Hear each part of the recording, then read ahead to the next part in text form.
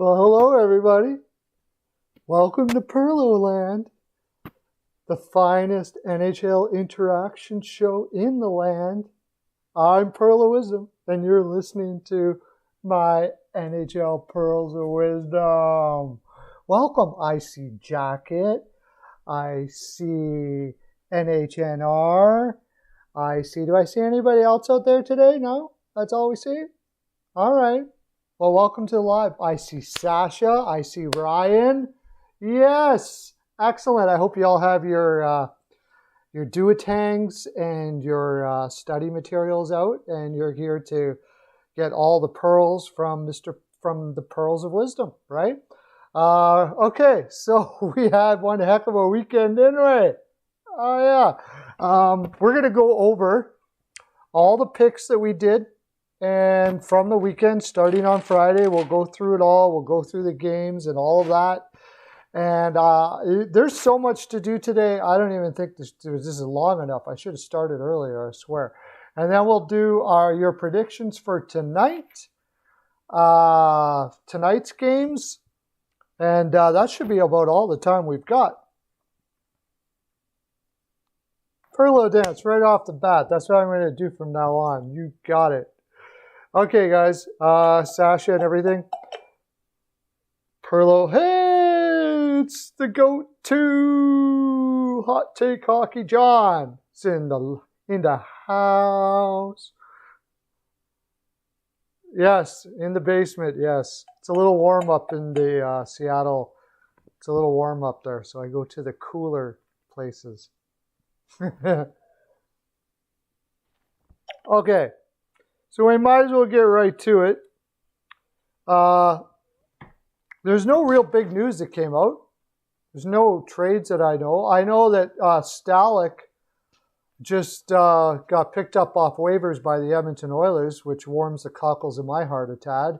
Now they've got a goaltender, so they don't have a situation where if Smith gets hurt or Koskinen, that they got to play a goaltender all to heck because they didn't trust any of their backups. We don't need to see Skinner in the net again and all that kind of stuff. So that's cool. But besides that, there wasn't all that much. I'm going to do it this way. I'm going to pull up the scores for Friday while I'm talking to you, and we're going to discuss. We're going to mingle a bit and talk about our picks for who we thought was going to win. Well, I can tell you right now, Boston versus the Rangers, Boston won 4-1, right?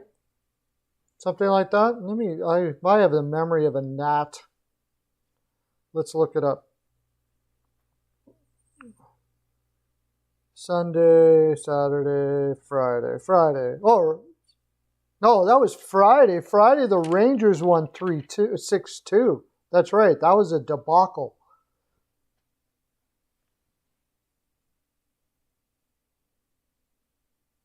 Okay, yeah, pretty minor deal there about signs with the Habs. But the Rangers and Boston on Friday, nobody out of all of us. NHNR had Boston 3-2. Jacket had Boston 4-2. CL had 3-0.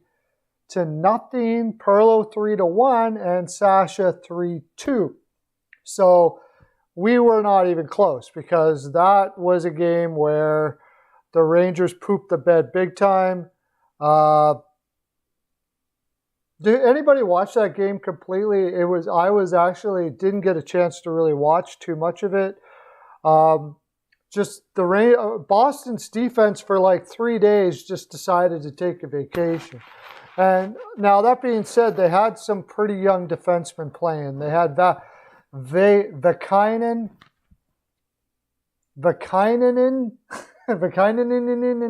some of those things you don't know how many ins are in them in the Finnish guys. He was in for 19 minutes that game.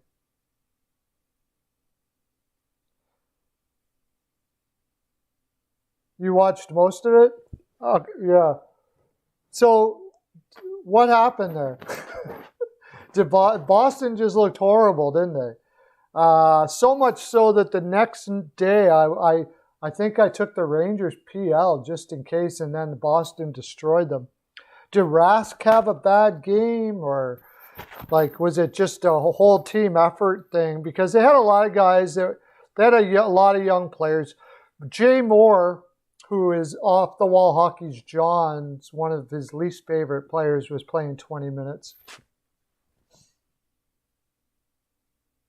Yeah, they picked Tenorti off waivers. I personally like Tenorti, but I mean, I like him in the fact that he's made a career out of a bad situation. Because he came in the league at a time, like if he would have played 15, 20 years ago, he would have been a full-time NHLer this whole time. But at his age, coming in now, he had to really rework all of his tools to be able to play. And he ended up doing that in Nashville. Hey, Sasha, how you doing, buddy? So it sounds like they're going to be getting some people back, though, in the next little while. Grzelcyk looks like he's almost ready. Grzelcyk looks like she's almost ready to come in, and they need as many people as they can because they've got a lot of players playing way too many minutes. The funny thing is Zaboral was in, and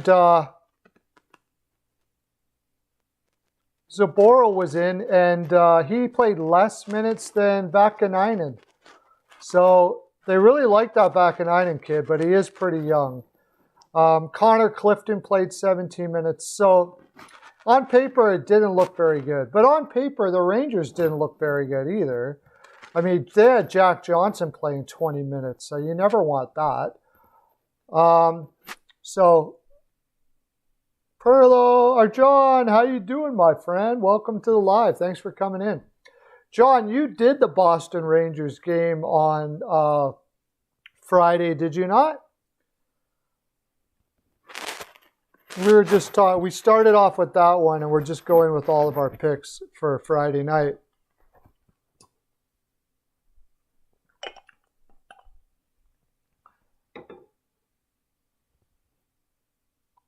The legends, John and John. Yes, that's right.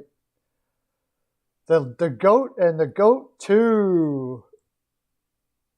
Oh, you didn't do it Friday. Okay, yeah. But anyways, Boston just went through a bit of a what you would call a hiccup there, and then can't really explain it.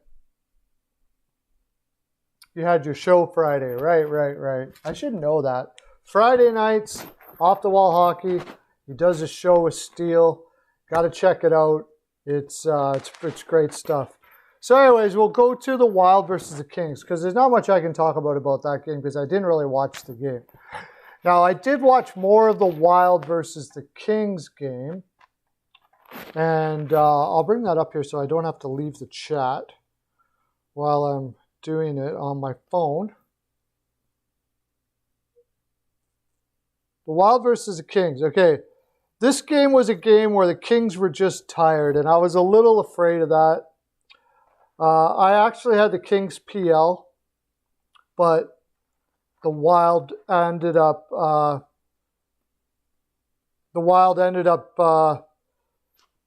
beating them by 2 goals, which screwed up my PL. But I did have an under, I believe. Quick was in net. He looked all right. But the Wild just were running all like they were. The Wild are a great skating team. They are skating like crazy. Everybody on that team has their legs moving all the time. And LA tried to keep up. They fought hard. But, and they're going to be, I picked LA to make the playoffs this year, as you know. I like to say that a lot because eventually somebody will bring up the fact that I picked Vancouver to win the North. Yeah. Yeah, Friday nights, off the wall hockey for the Steel Flyers Network. It's pretty cool. They do predictions for the week. They talk about all the news over the week, and it's a good show. I watch it all the time.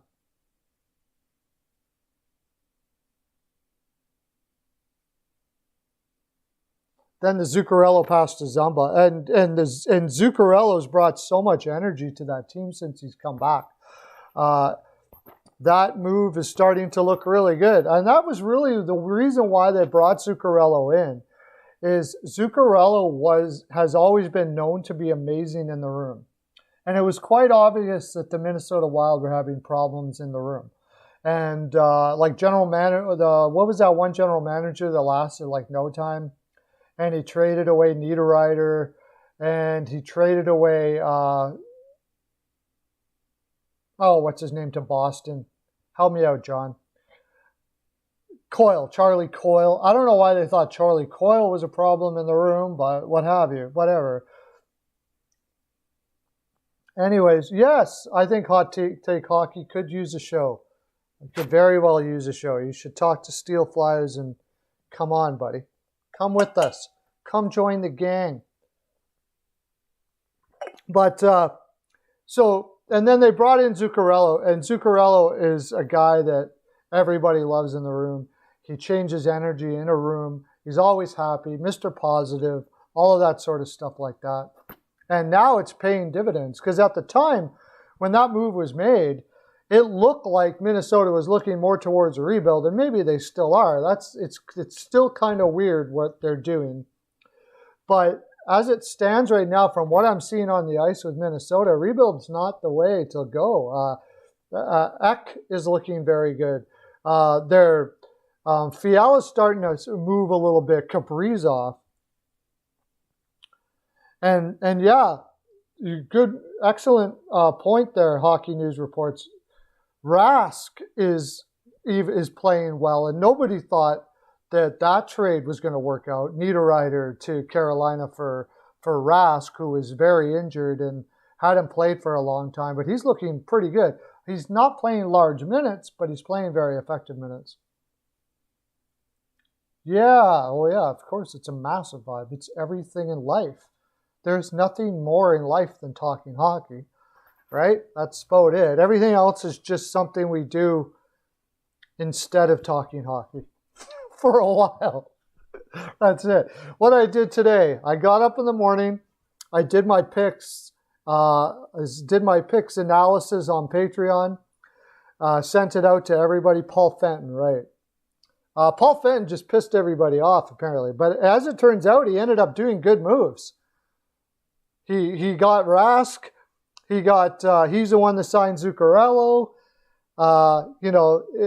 Moves that didn't look good at the time, but ended up being fine. I don't know where he is now. I think he went to Pittsburgh or something. He's an assistant. But, I mean, my gosh, did that guy blow up fast, eh? He gets hired by Minnesota, and like it wasn't 6 months later, he somehow ended up pissing everybody off all at one time. Pretty amazing. That's amazing. But again, he got Rask, and nobody saw that coming. He got Zuccarello. What other trades did he make? The Donato trade, that was bad. It was Charlie Coyle for Donato and somebody else who I don't think is working out too well either. If somebody could look that up for me, that would be great. But anyways, Minnesota played well against a tired Los Angeles team. We'll do the picks here. Sasha took the Wild 2-1. Jacket took the Wild 4-3.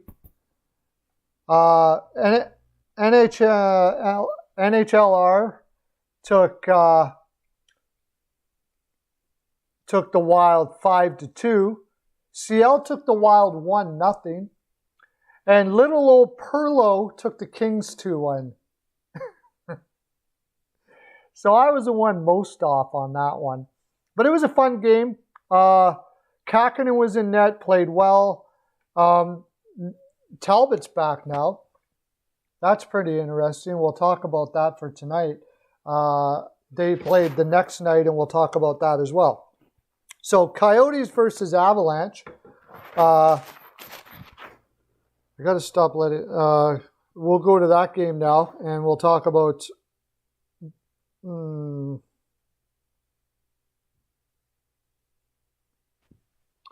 Avalanche winning 3-2. That was a good game as well. the Avalanche tried with all their might in that game. Seriously, like if there's one thing about the Avalanche, or not the Avalanche, the Coyotes played with all their might that game. They played hard hockey, and that's what they've been doing. Rick Tocchet led teams. This Rick Tocchet led team. If you're going to go into Arizona, you better be working hard because they are going to kick your butt. You like the Wild on the PL tonight? Okay, we'll talk about that. That was the awesome thing about that game. Yes, the reverse retros were absolutely fantastic. Yeah, that did look really cool.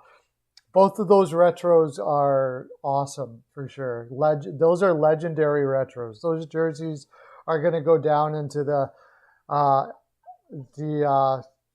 well, you know what I'm talking about, I hope.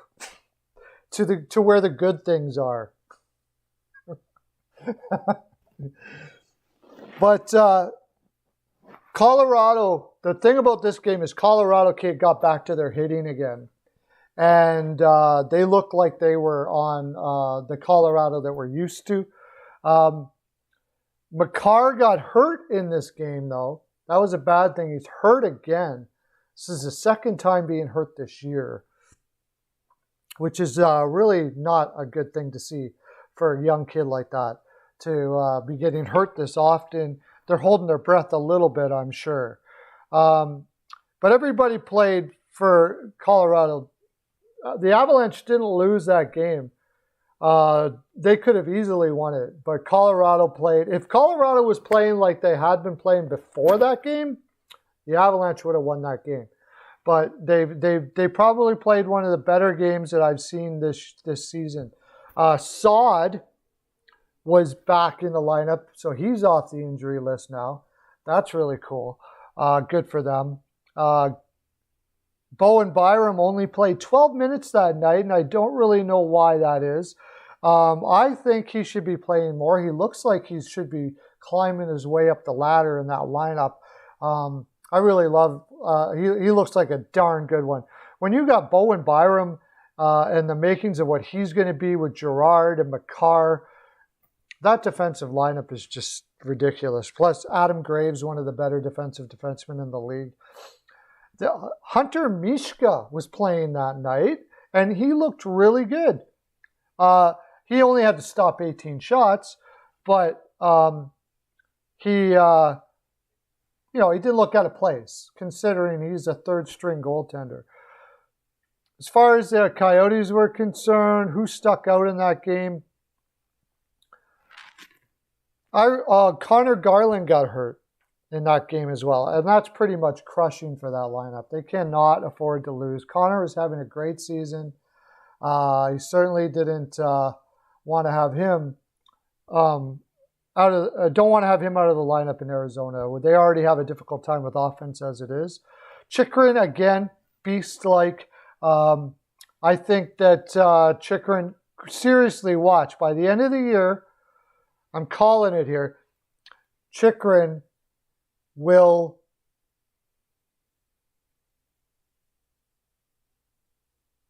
I still doubt him. I mean, he's a third-string backup goaltender. He's not the guy that you really want in there. I believe Arizona had Aiden Hill because in that game as well, their backup goaltender. And he had more opportunity to stop pucks, so he might have looked a little better for that reason. But I thought he looked pretty good considering. However, Colorado played really well in front of him too. So he certainly didn't steal the game, but he didn't lose the game for them, and that was a good thing. So what was the score of the game again? It was 3-2 Colorado. Jacket had 6-3 Avs. Sasha had 4-1 Avs. That's a little closer. NHNR had 7-3 Avalanche. CL had 5-1 Avalanche, and I had 5-4 Avalanche. So we all got it right. We all took the Avs, and there was happiness in the land. There was. Okay, so we're going to go to Saturdays now.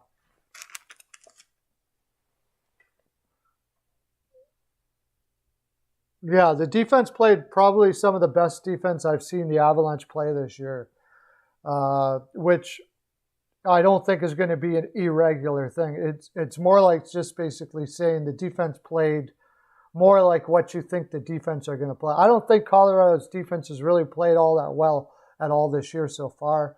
There's been a lot of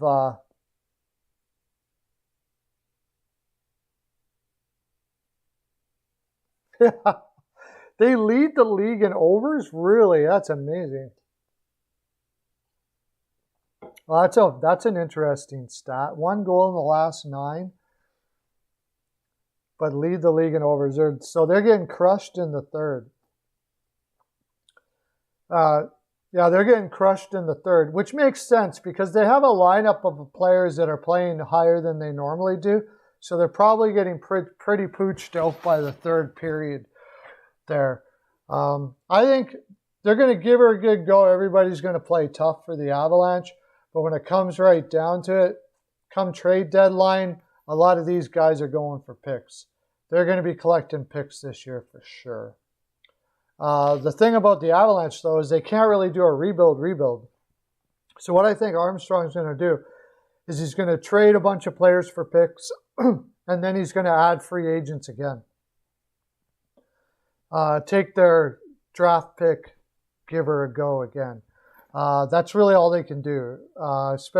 They can't afford to go through a rebuild there. They can't afford to lose their fans at all. So interesting to see what Armstrong. He's got a tough job to do there. I gotta move to Saturday here now because now we're gonna do Saturday's picks. Saturday, okay.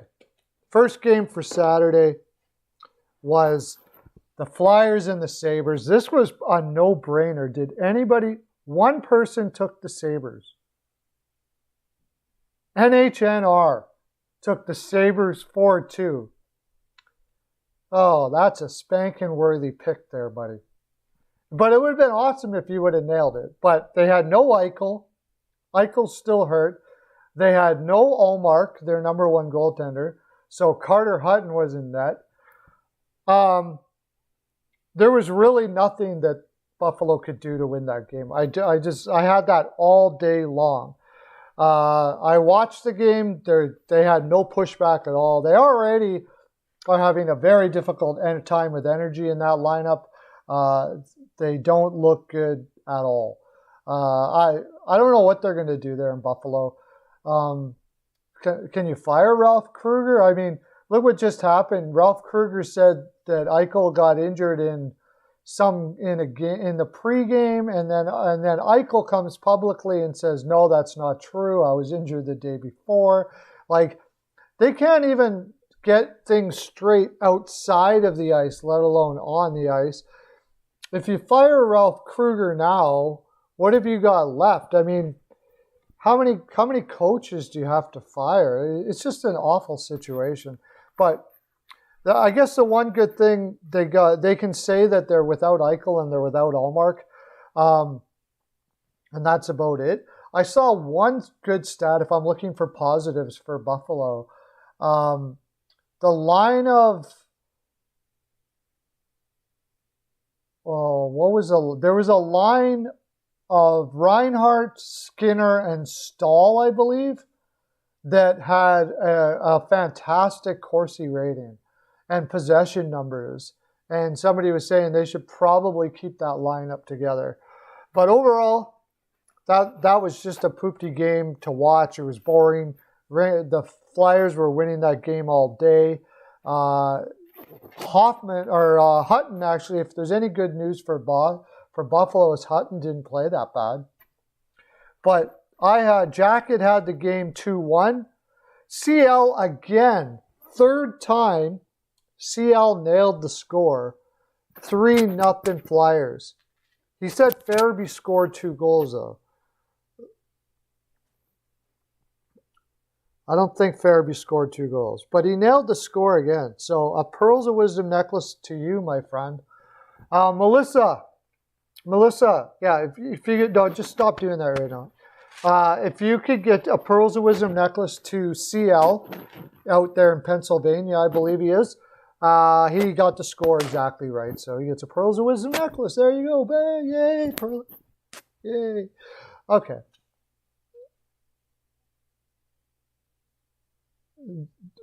Yeah, well, they need something. I don't know what. Yeah. I mean, sure, clean out management. Again, more changes. Uh, more changes. I mean, what else can you do? So Farabee did not score 1 goal. He had Farabee scoring 2. I love Farabee, but Shane Gostisbehere got another goal. That would be amazing for Philadelphia if Shane Gostisbehere started playing, scoring, getting points again and playing back to where he can be. Huge for him. Voracek was back. All their players were back. Team stats, anything unusual? Patrick was zeros across the board again. He's really struggling. I think he might end up losing the spot, Nolan Patrick. He doesn't look like he's able to play right now. I think there's people, like when Frost comes back, I wouldn't be surprised if we see. By the way, I picked Flyers 5-3. If Frost comes back, I wouldn't be surprised if you see him in the lineup.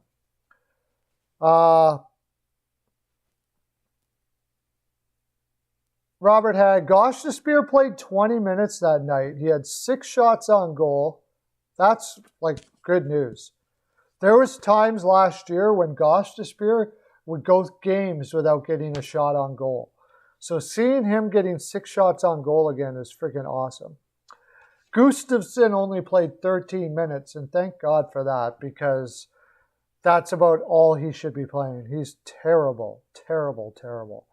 Elliott was in net that night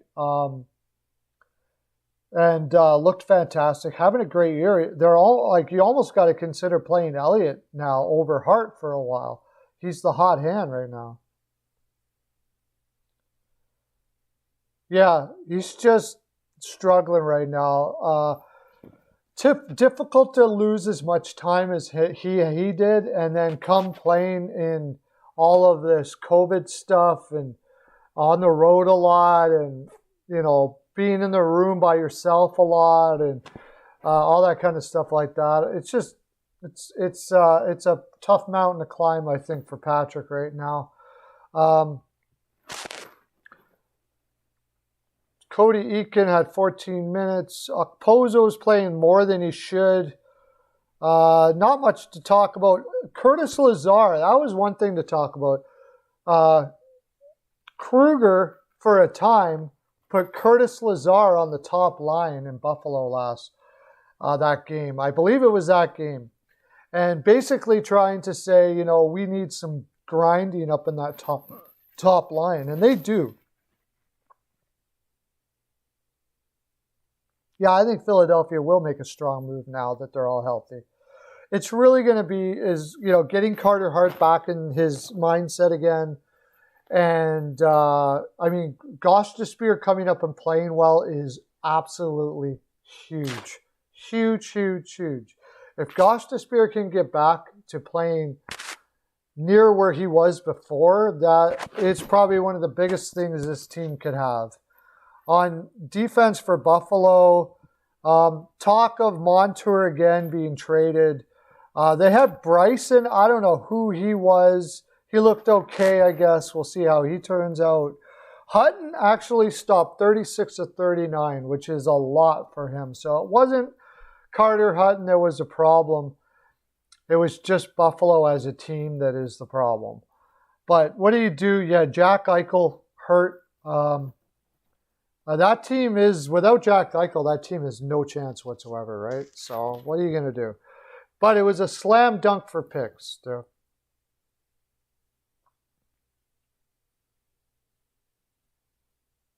You said it can't be for Heinen. It makes no sense. The question is, do you think the Canucks move Virtanen? I think they're trying to, but the problem is Virtanen is not helping his cause too much. He's out of shape. He doesn't look engaged when he's playing.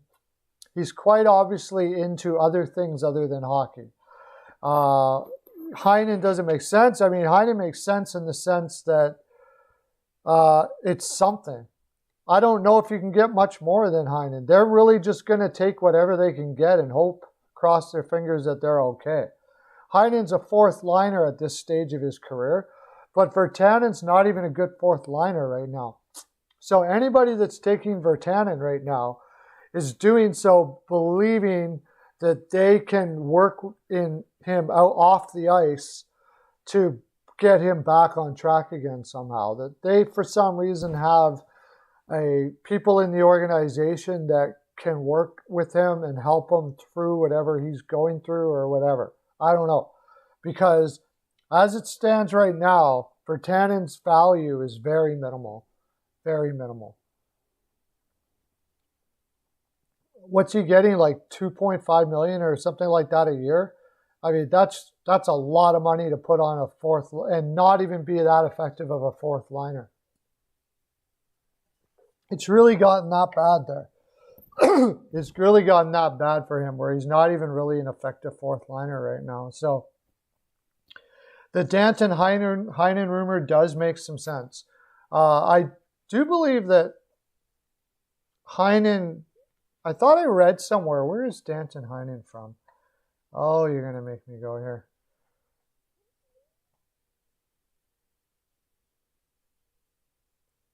Where is Danton Heinen from? Anaheim Ducks. I thought I read that Danton Heinen was from BC.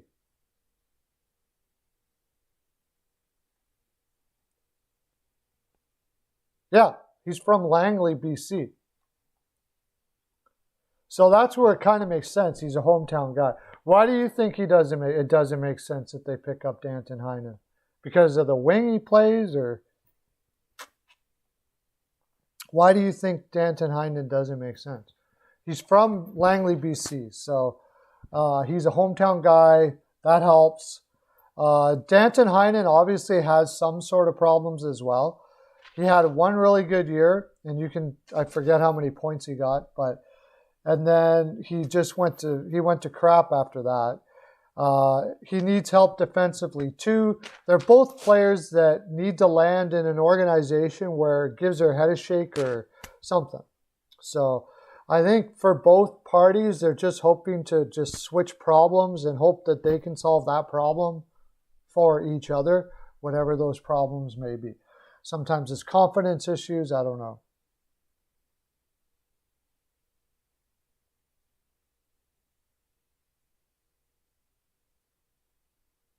Well, they're going to lose Virtanen for nothing anyways. So the possibility that, he can't be there anymore. It's gotten to the point where it's a disruption in the room. Whatever's going on there it's just not working at all. So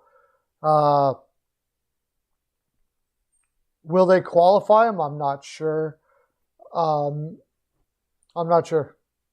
He's just a BC guy. Maybe he takes a bit of a discount to stay in BC. Really, they're just grasping at straws right now with Virtanen. I think it's really just grasping at straws. So the next game was Capitals versus Devils. We had Sasha taking, the score was 3-2, I believe.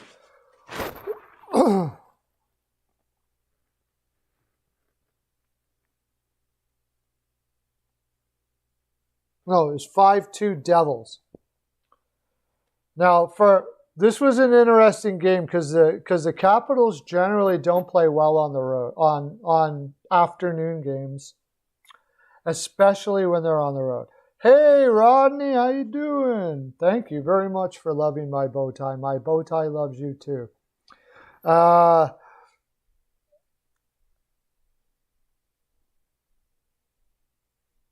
They don't usually play well on the road, and they have had energetic problems this year. Ovi got the game-winning goal. They really just outplayed the Devils all the heck, didn't they? And all of a sudden, the shine's starting to come off of Blackwood, isn't it? Blackwood's had some rough outings the last little while, ever since he came back from injury or COVID or whatever. He just hasn't seemed right. He's been letting quite a few in, and he got lit up pretty good here. Now, the overall defense for New Jersey, I mean, on paper, New Jersey shouldn't even be close. New Jersey should be out of it. They don't have a team that should be even coming close to the playoffs this year. So, that being said, it was a spot that New Jersey could win because Washington has a tendency to play, like I said, play poorly on afternoon games. However, they certainly did not here. Ovechkin only had 2 shots on goal that game, though.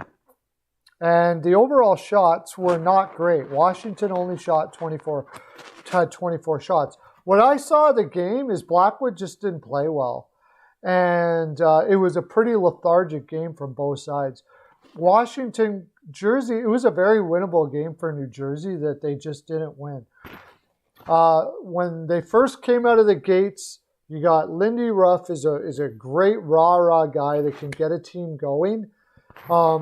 However, with this New Jersey team, it seems the steam is wore off, and it's kind of come to the realization that they don't have the talent to win night in, night out. They don't. I think Hughes up the middle, from what I see, isn't working.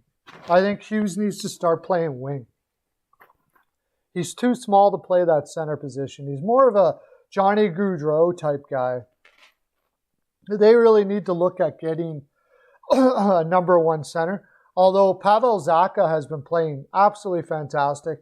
I've been talking about him for quite some time to be patient with the guy because he's a big guy who was really working on his skating, and his skating's come around now, and he's starting to get used to the NHL game, and he's putting up some decent points. I was just looking at the points now. I think he's almost a points leader for the team, I believe, if I remember correctly. Let me look it up here.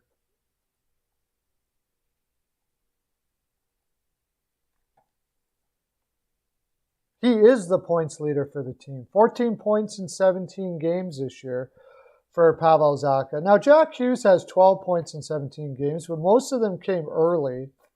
And I just think he'd look way better on the wing. But the points are starting to fall off. Ty Smith started out strong. He's not getting points now. But what do you expect from a rookie kid? Like, he shouldn't be your best. He's playing 20 minutes a night as a 19 or 20-year-old. That's not likely going to last. So, yeah,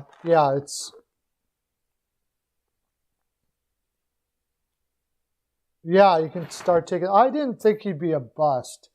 I didn't know if he was going to become as good as he is now. And of course, it's a small window to really say that he's that good yet. But he certainly looks strong. I thought he was going to be at least a very good third line center.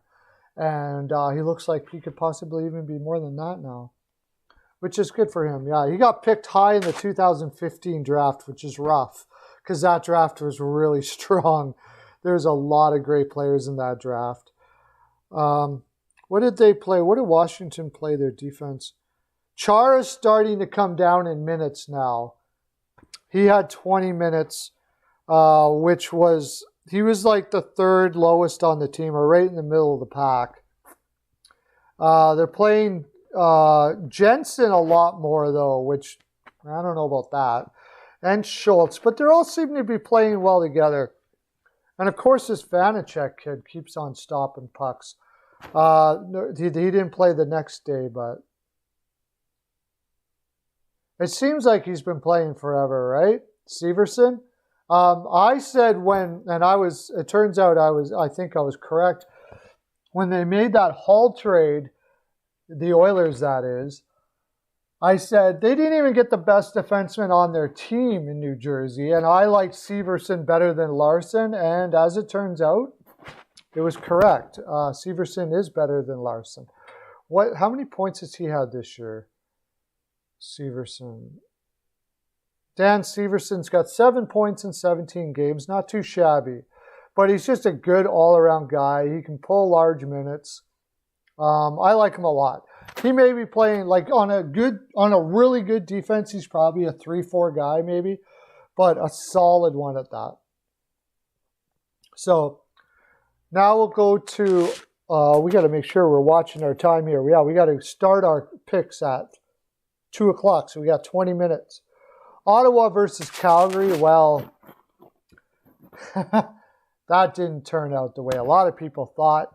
A lot of people were taking the Senators in this game with us, and understandably so. Calgary just took a beating, but Calgary came out and played their butt off that game.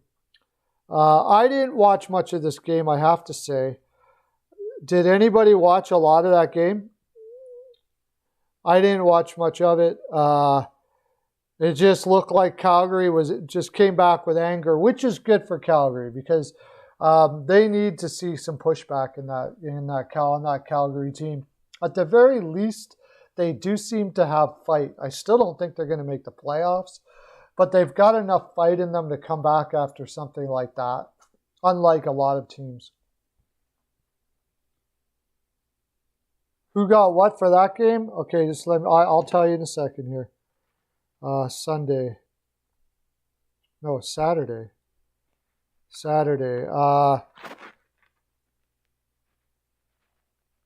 So Sasha had Van Hook had 5-3 sends. Avatar had 3-2 sends. Best Bet Ed had 4-2 sends. NHNR had Flames 4-1. NHNR was closer than I think everybody. No, Jacket had 4-3 Flames. Again, our CL had 4-3 Sens, and I had 4-3 Sens. Yeah, that's everybody. So NHNR, Sasha, and Jacket were the only ones that had the Flames on that game. Lots of turnovers in that game. Okay. Both sides. Yeah. From what I understand, Calgary just won by pure determination. And Murray didn't play well, right? Murray, it's like, he's like bordering on it, man. Is he going to get his crap together or is he going to fall down? Like, he's either really good or an absolute disaster in net right now. So,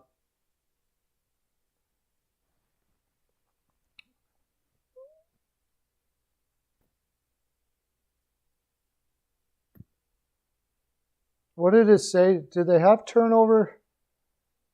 Giveaways. Oh, yeah. Ottawa had 14 giveaways and Calgary had 10 in that game. Wow, that is a lot of turnovers for sure.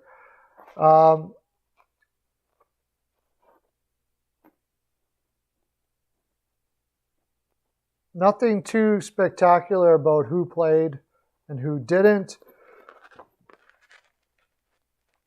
Rittich stopped a lot of pucks that game. 31-34, which was good. Ottawa had a lot of shots, but they just couldn't cash in. It looked basically to me like it was the fact that Murray played poorly, and that was pretty much it. Watson was back in the lineup, which was good. 13 minutes.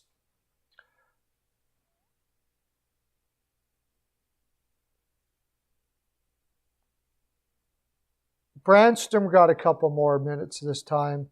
And Decord went in and stopped 5 of 5 after Murray shit the bed. So Lucic has more points than Zibanejad. Yeah, who would have saw that coming? Okay. Yeah, their defense is going to have that happen. I mean, their defense on paper looks really bad. Zub, Riley, Zaitsev, Brandstrom, Gudbranson, and then Shabbat. How many giveaways? 2 of them were Brandstrom, apparently.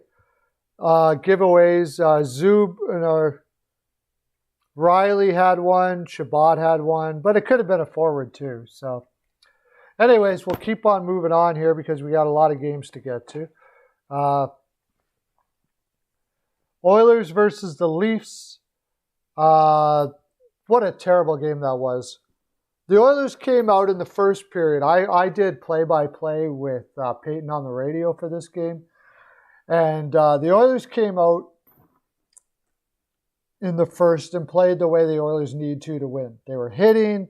They were skating. I mean, the Oilers game is pretty simple. I mean, it's just basically the essentials of the game that they do. They have to do all of them to play well. They skate fast, but if they don't hit, they don't make enough space for themselves to score. And in the first period, they were doing that, even though they were down 2-0. They went down 2-0, and then all of a sudden, they tried to play like a whole bunch of prima donnas that were going to outskill the Toronto Maple Leafs. And that's just not going to happen. You're not going to outskill the Toronto Maple Leafs. Toronto as a whole, on their whole roster, has more skill than Edmonton does. And a team with McDavid and Draisaitl, is hard to say that. But I mean, in their overall depth. But if Edmonton hits the way they can and skates the way they can outskate any team. But they stopped doing that in the second period. And so we had Sasha with a 4-3. Sasha 4-3 for Oilers. Jacket had 6-3 Leafs. NHNR had 1-0 Oilers. That was something. Oh, I'll be doing another stream with Peyton for sure. I don't know when it's going to be yet. Maybe Wednesday night, I think I heard. When's the next game for the Oilers? We might do one Wednesday night, but some night this week, probably I'll do one with Peyton. Avatar had 5-3 Oilers. CL had 3-2 Oilers. Van Hook had 5-4 Oilers. Best Bet Ed had 4-1 Oilers, and Pearlo, me, had 4-3 Oilers. So Jacket and Sasha won the day there, picking the Leafs. Good for you. Good for you. Well done. Well done, sirs. So we move next to the Hurricanes and Panthers. That was a tough one to cap. I think I went with Florida, but only for small pearls because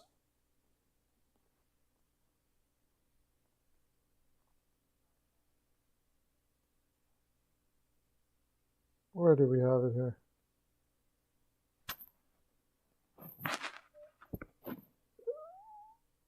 Sorry about that. I had to find it. It was 4-3 Hurricanes. So CL had 5-2 Hurricanes. Jacket 5-4 Canes. Jacket's winning the day here quite a bit. Quite a bit. Best Bet Ed, who you got to check out, by the way. He's doing videos every day now. Best Bet Ed. Check him out. You like the Leafs again? I'm on the Oilers here, but barely. For play money. Like, that's a tough one to pick. Avatar had 4-3 Panthers. NHNR had 3-1 Canes. Pearlo had 3-2 Panthers, yes. Serling was in for this one and had 4-1 Canes. Close. Serling came... Oh, wait. Two people had 4-3, but they had the Panthers, and it was 4-3 Carolina. That game was just crazy close, back and forth. Anybody could have won that game, really. Oh, come on, box score. Let's come up here.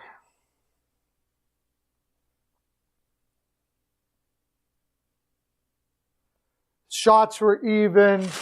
Goaltending was about even. Like, it was just an even game all the way around. It was a fun game to watch. I can't say that any one team had an upper hand. I like Jake Bean, the way he's progressing in Carolina. Reimer had a decent day. Once they get goaltending, Carolina's going to be just absolutely disgusting. I don't know. I guess they're waiting for Mrazek to come back. Is he a little better than Reimer? I guess. But I mean, they really need to get a a number one goaltender there. Florida just played a tough, grinding game like they have, like they're wont to do. We can talk about the fact that Connolly was put on waivers and nobody picked him up. That game he only played 7 minutes. And I understand it. Connolly's a top six forward that can't seem to put up top 6 minutes.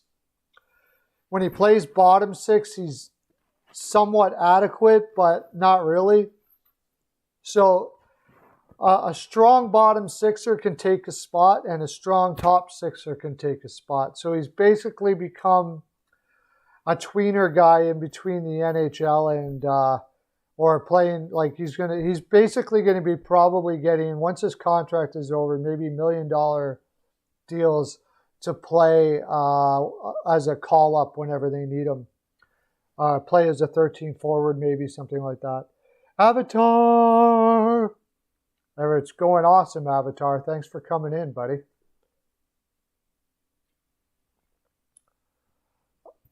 But it doesn't surprise me. Duclair got hurt. Duclair is hurt. However, in this game, he only played 12 minutes.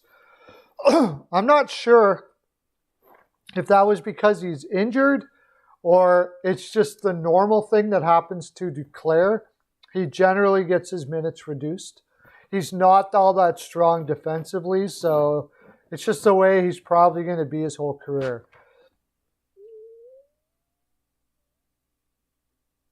That's all they need. They get a really good goalie, and I wouldn't, like, do you want to go for a hot goalie? I would just go for a great goalie. Yeah, oh yeah, everyone make sure you likey. Don't share it to your social media and stuff like that too. That helps out a lot. Try to get as many people in here as possible because it's fun that way. It's where all the frolic is. Okay. Mackenzie Weegar and Bobrovsky played well for him. He still had a .909. He played well enough. He's still not paying $10 million well, but he's playing at least good enough to win some games, which has got to give them a sigh of relief for that. What's Pearlo's slogan? Let everybody know Pearlo's slogan. Okay, let's move on to the next game. Penguins versus Islanders, and this game really pissed me off.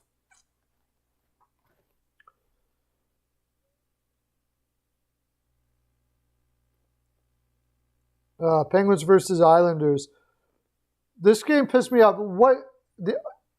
You got to figure the Islanders are going to get this turned around here in the next little while. I mean, they're not playing terrible, but losing up 2-0 and losing the Islanders up 2-0 and losing a game, that just never happened last year, ever, hardly. What's Pearlo's slogan? Oh, I do the Pearlo dance. You should have been here from the beginning. I did it right in the beginning.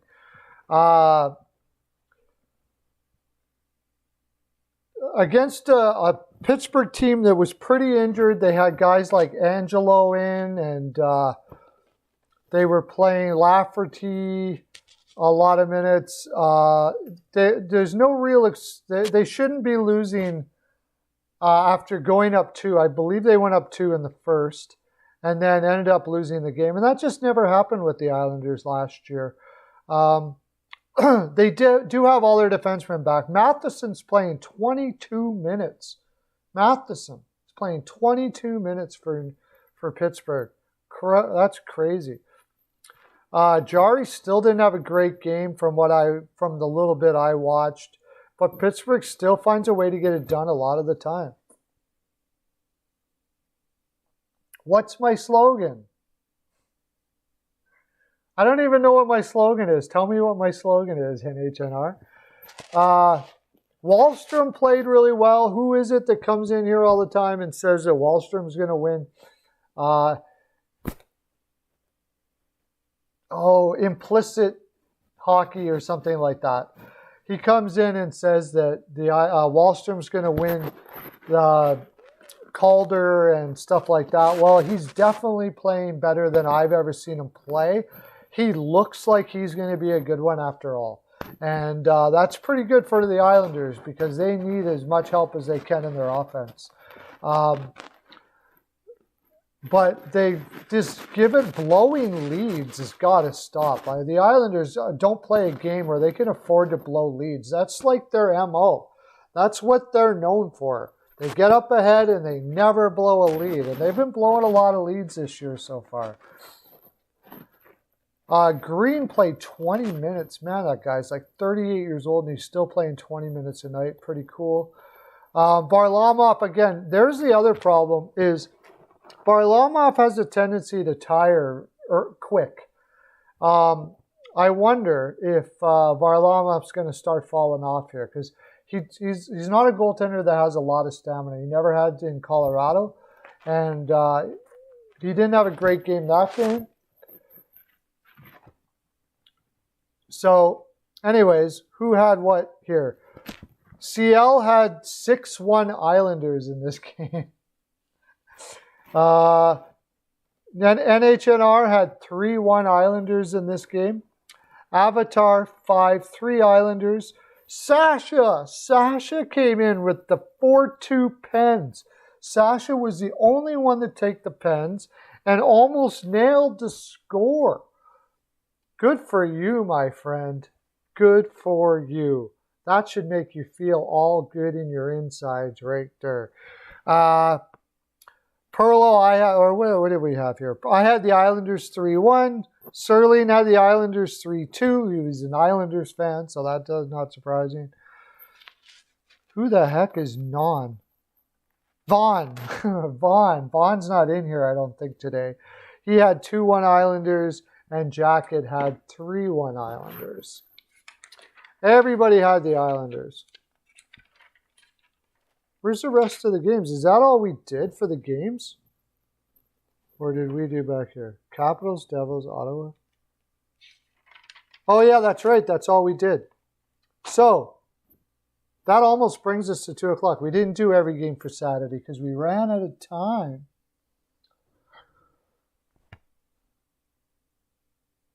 Yes, all warm and fuzzy is right. That's what she said. Okay, I'm going to go... I'll look at the rest of the games for Saturdays. Like, we'll just skip over some of the games here that happened on Saturday and Monday and Sunday and talk about a little bit which ones were good, which ones weren't. The Islanders came back on Sunday and won 2-0. Sorokin looked freaking amazing in that game. This is what they were hoping for Sorokin. I predicted that Sorokin would take the number 1 role spot from Varlamov this year. So we'll see if it actually happens. We didn't talk about the game. I'll go to the Saturday's games first. Chicago getting lit up by... what am I doing? Come on, Scars. Don't screw around here. Saturday, Sunday, Saturday. Chicago got lit up by Detroit. Nobody saw that coming. 5-3. Subban went back to being the Subban we all know and love, the one that can't stop pucks. And they just overall didn't have a great game. Detroit played well, but not well enough that they should have been beating Chicago there. The Avalanche destroyed the Coyotes, which everybody pretty much saw coming. The Golden Knights just barely beat the Ducks. You got to say one thing about this Ducks team. They're keeping it close a lot of nights. The game that was, holy crap. Did anybody watch the Blues and Ducks that night? Oh, look at the Clay.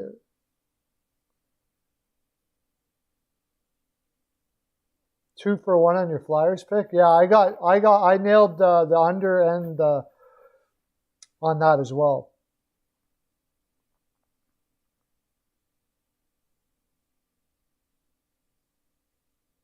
The rarity of Pearlo's increase. I don't understand what that means. Is that you made that slogan for me? I don't get it. But did anybody watch that San Jose St. Louis game? That was talk about no defense whatsoever. Unbelievable. And no goaltending. That was Dubnyk in and Husso. Was that the one game that Binnington got booted for trying to have fights with everybody on the bench and stuff like that? And then Husso went in, and I was making supper or something at that time, and every time I turn around, it was like the score had gone up one every time. Just ding. I missed another one. Ding. Another one. Ding. Goal scoring like crazy. San Jose has no defense whatsoever. Bottom of the league. Good thing for them that the top 10 in the draft this year has a lot of defense in it because they need it. Bad. That game was absolutely crazy.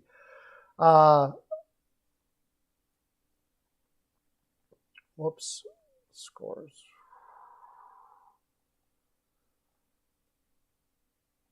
Well, I'm going to take a look at that. What was the shots on goal?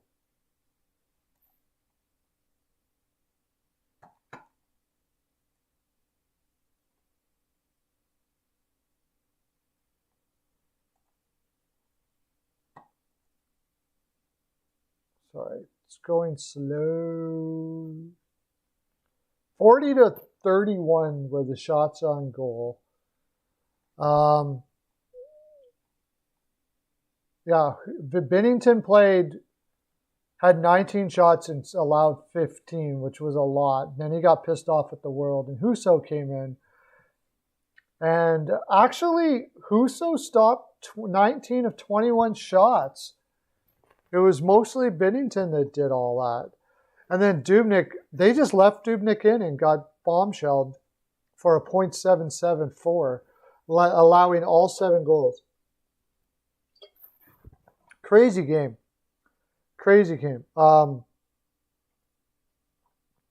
Couture got his 11th goal. It was just nuts. Great way to rack up the stats, though.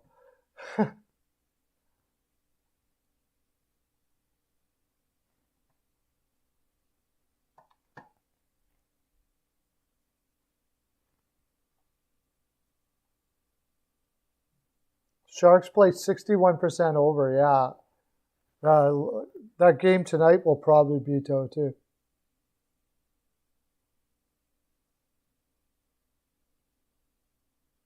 Do you mean to say the regularity of Pearlo's increase?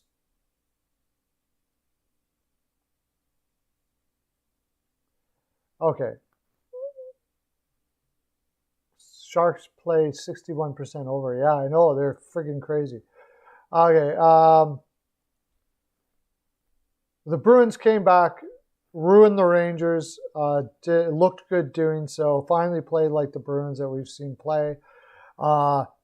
Georgiev got hurt in that game. Yeah, he took one in the eye and then had to go on concussion protocol, and Shesterkin came in.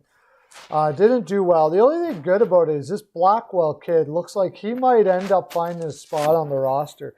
He's one of the few Rangers scoring.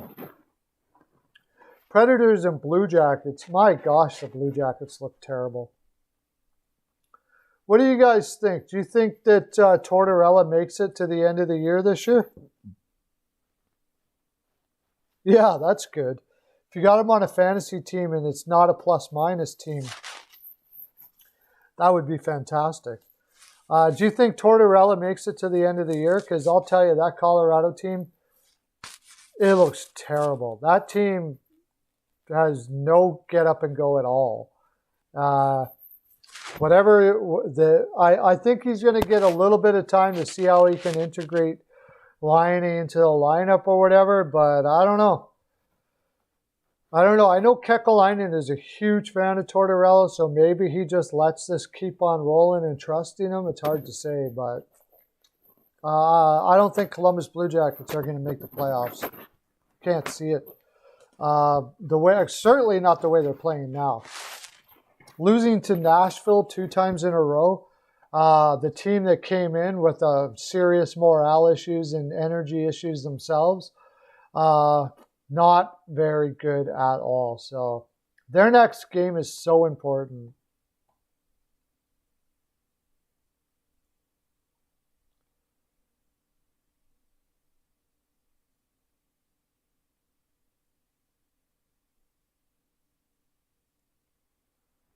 Just Goudreau. But I mean, there's always those young guys that you don't even know about out there.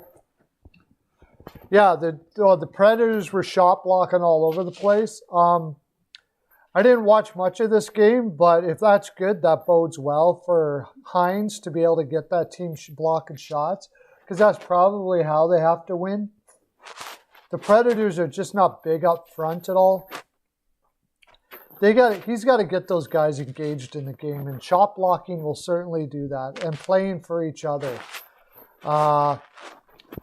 I mean, it's against Columbus right now, so you can't really say whether Nashville is turning it around because Columbus played so bad. It's hard to say how good Nashville actually played. So they're missing. If you're missing Nyquist a lot, you're probably, your roster's probably not that great.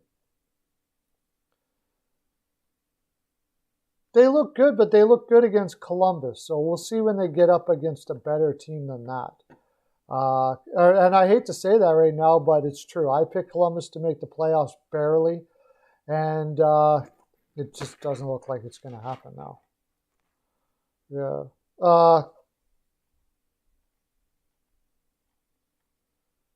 And then the Blackhawks came back and trounced Detroit, which is the way it should be. I mean, the Blackhawks, there was no Larkin. You're starting to see Detroit all of a sudden now, because they started winning, and I could be wrong about this, but like Nemeth is on the injured list right now.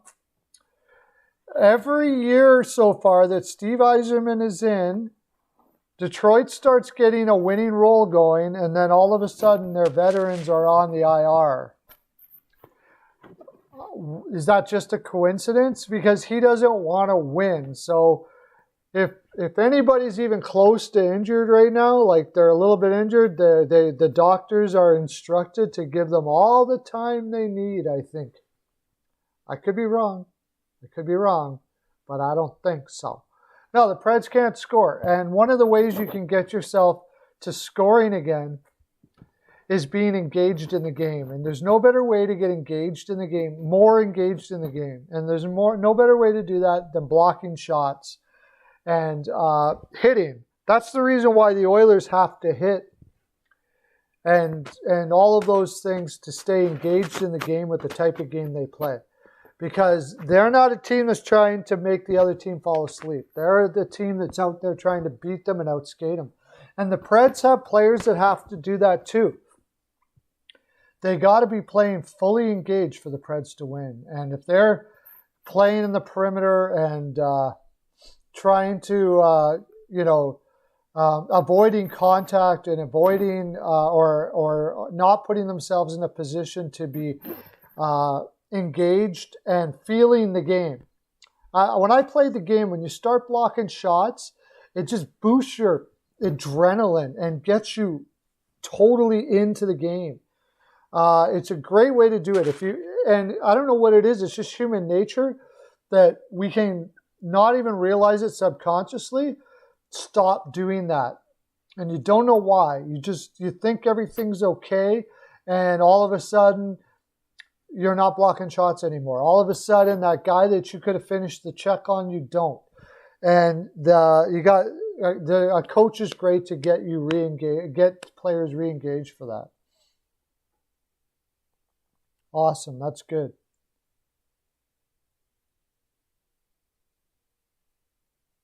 What I saw at Caulfield, it's just going to be interesting to see how it translates in the NHL. And I'm not saying it's going to.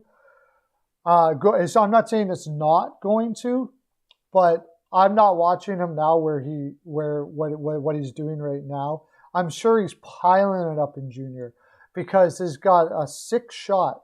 The thing is he going to be able to get into that spot, the same spot in the NHL where he can get that shot off as he does in junior?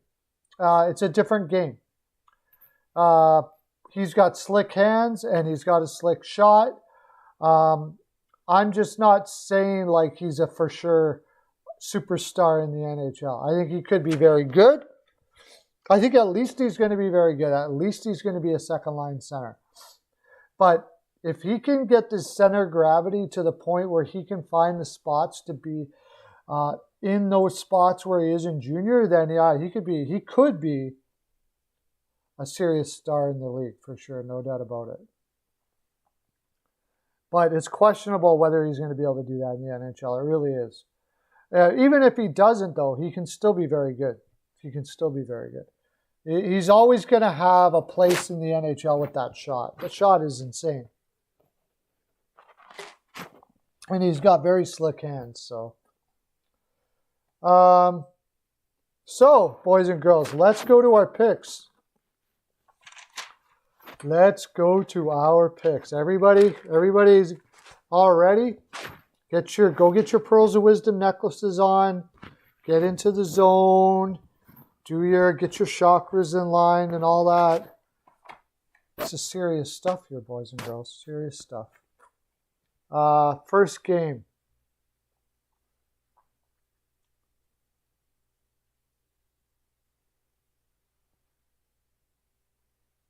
First game for tonight. Ottawa versus Colorado. Colorado. What am I talking about? Flames versus Ottawa again. I'll go over a few of the facts about this game.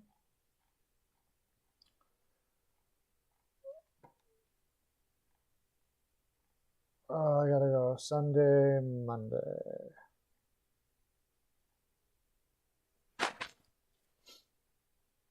Flames versus Senators. Okay, as far as I know, starting goaltenders, Matt Murray is projected still. Let me refresh this. Maybe he's confirmed now. Matt Murray still hasn't been confirmed. So it's pretty tough to make this pick, but we're going to give it a go anyways. Ottawa versus Calgary, because if Holberg is in net, you pretty much got to go Calgary there.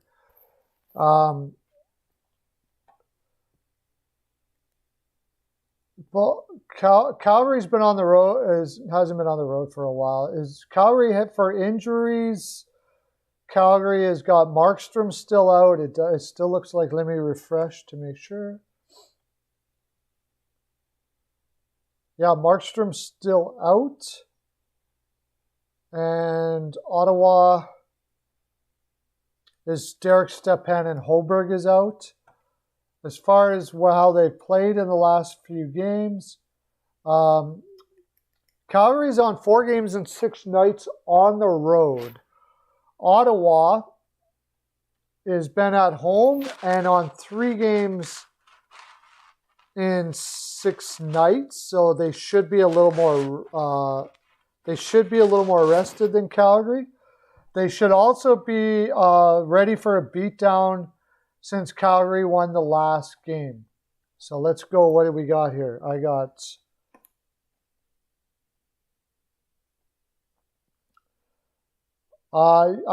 don't know. How many do you have? Tell me. I've lost count. Jacket is going 4-3. Calgary. Hockey News reports HNR goes 3-1 Calgary. Sasha 3-2 Flames. And CL 3-2 Sens. And I'm conflicted on this game. Calgary is should be really tired after a strong game, but if Murray's in net, I don't know who's in net. Murray is one or the other. He's either really good or really bad. If he's going to be really bad, Calgary will probably win this game. If he plays like normal, I'm going to take Ottawa. So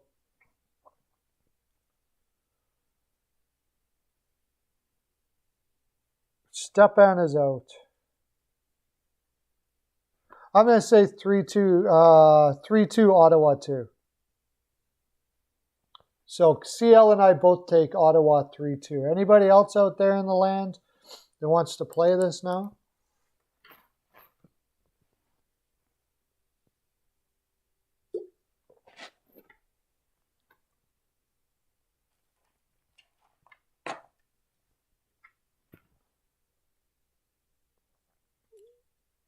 So, yes, that's right. The Sens are playing the front part of a back-to-back.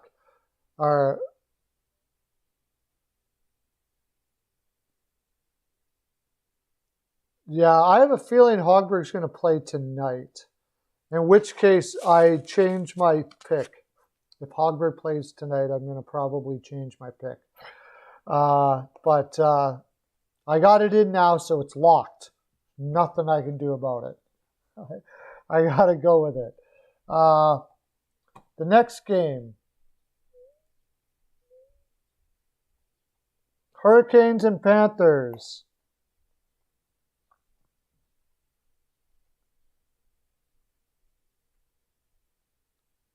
So the Hurricanes and Panthers are both playing a lot of hockey right now. If I remember correctly, they both are playing 5 games in 7 nights. The difference is the Hurricanes have played them almost all on the road, and the Panthers have played them almost all at home. So the Hurricanes have... Oh, no, they have... Yeah, they played Tampa, Florida, day off, and now Florida.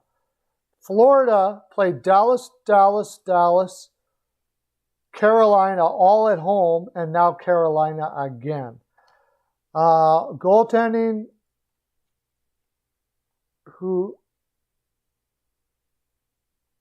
oh my gosh, I got to change my pick. Oh, wow. Oh my gosh. There's a whole bunch of things coming up here that we got to talk about. Nedeljkovic is in for the Hurricanes. Driedger is in for Florida. There you go. What's your scores?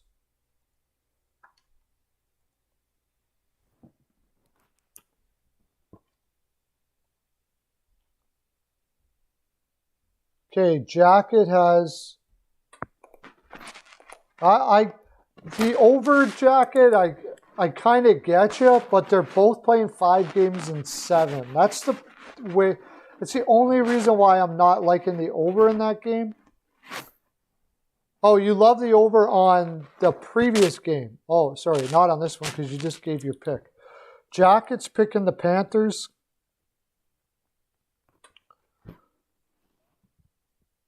Three, 2 Panthers.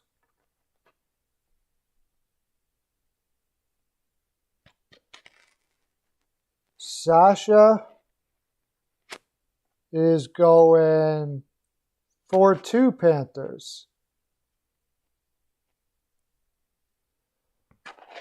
CL 5-4 Canes. Interesting. What do we got? Who else do we got still here? Jacket, Sasha. We're still waiting for an NHNR. Hopefully he didn't take off on us like he has a tendency to do.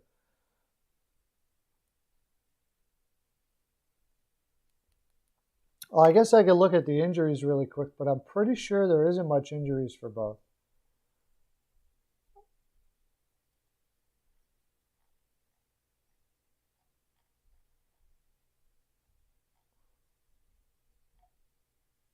Oh yeah, we talked about Duclair. Duclair is out for Florida. Forsling and Nudavara. That's not going to move the needle too much. Duclair is a bit of a problem though. And for Carolina, I believe Teravainen. Oh my gosh, we have a new injury for Carolina although it shouldn't affect them too much. Jake Gardiner is out.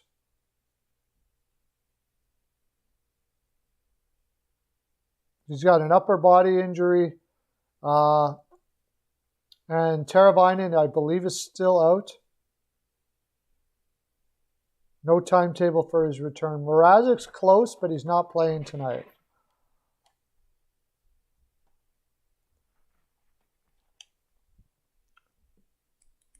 Hot take goalie matchup. Okay.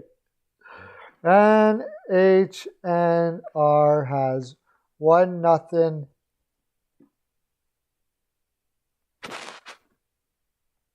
Canes.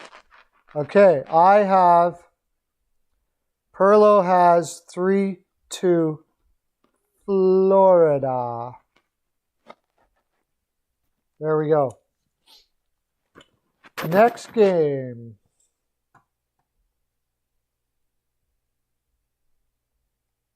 The Canucks versus the Jets. This is interesting. The Jets have beat them the last couple of games, last 2 games. Canucks are on a 4-game losing streak, and the Jets are on a 4-game winning streak. So the Jets are super hot. I don't know if you guys ever listened to Professor, the stats guy, Professor, what's his name? You guys tell me what his name is. I always forget his name. I don't know why. I listen to him anyways. He's got the Canucks in this. His algorithm that he built for himself, that's really good, by the way. I highly recommend it. If you do all of his picks, you will end to be, it's like a great investment way of statistical, it's a great statistical investment way of betting that you actually will make money on your bets if you stick with all of his picks. You will definitely be up at the end of the year, pretty much for sure. As far as plays, how often they've played the last little while, Winnipeg is fresh. Vancouver is fairly fresh. In fact, Vancouver has had 3 days off. And Winnipeg's off back-to-back wins against Montreal, looking very impressive. I believe they are still going back with Connor Hellebuyck, yes. And here, yes, Hellebuyck is confirmed. Thatcher Demko is confirmed. As far as injuries are concerned, we have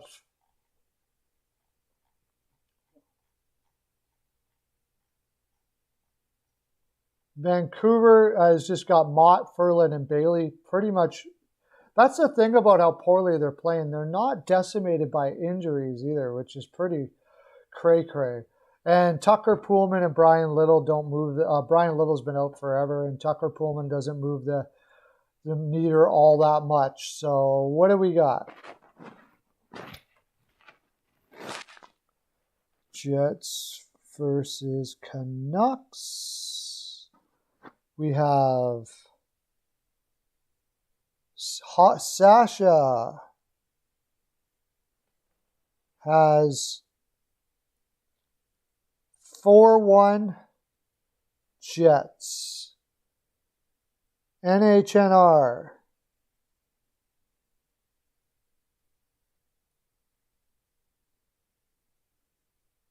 Dubois, Scheifele, Wheeler on fire, yeah. 7-1 Jets. Cray. Yeah. Hudobin or Hellebuyck has been playing a lot better. I don't know if Demko is going to let 7 pass him, but it's possible, I suppose. But the way Vancouver's playing, I wouldn't be surprised if it's a blowout. CL has 4-2 Jets. Who are you waiting for? Jacket.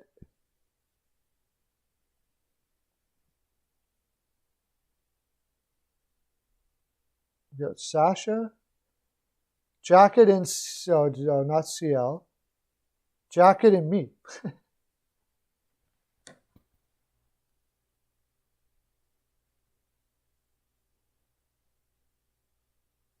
Hey, Steele, how you doing? We're doing picks. What do you got? There's Steele, everybody. Pearlo dance. Everybody dance for Steele. it wasn't for him, I wouldn't be here right now. And that would be terrible. What would we all do then? I don't know. Steel is in the house. I am just doing. Who do you think's gonna win? Give us a score, Steel, for Winnipeg, Vancouver. Jacket has Vancouver 4-3. Vancouver 4-3. Wow. Canucks. Jacket goes off the board. I can't go against the Jets here. I just got to keep on rolling with them. I'm going 4-1 Jets.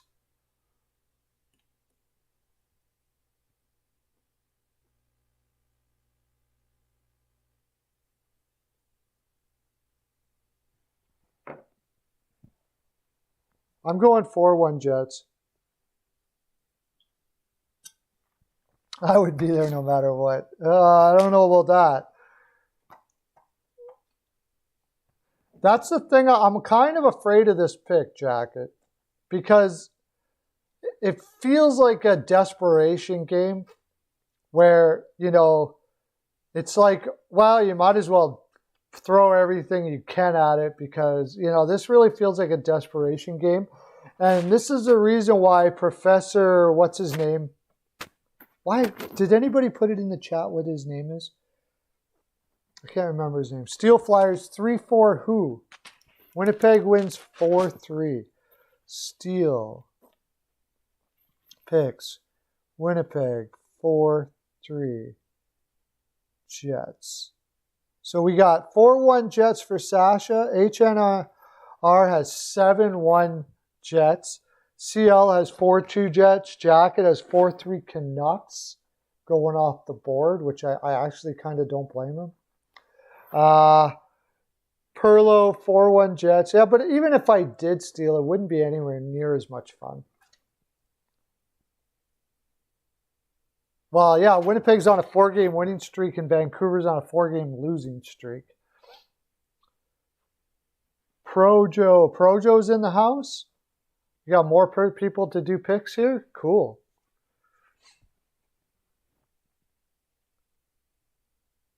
It's just Vancouver's defense is so bad. I think so too. On paper, they should be better. So I'll go into this a little bit. We were talking about this at the meeting today, right, Steele? I picked Vancouver to win the North Division. And looking back on it now, there was something I missed. I don't know why I didn't think of it. But when you have when there's all this new divisions, you're going to be playing against teams, the same teams all the time, a lot of rivalries, really tough games. Situations where you're in the room a lot, you're in your own hotel room on the road, where you're not allowed to interact with people. All of these things are just way different things than players are used to. It would make sense that more veteran teams would be more successful. And Vancouver is like super young. They were really just going to have a hard enough time in a regular situation. But psychologically, players like Tanev, who they lost to Calgary, who I kind of said, well, that shouldn't matter too much because on the ice, he was okay. But apparently in the room, he was huge. And in like teams like New York, for the Rangers that lost guys like Lundqvist, who my wife, by the way, was the one that brought that up because I said she asked me, how's the Rangers doing this year? Watching, and she doesn't watch all the time, but she comes in and she asks questions. She likes to engage with me on the game. And I said, yeah, they haven't been doing well.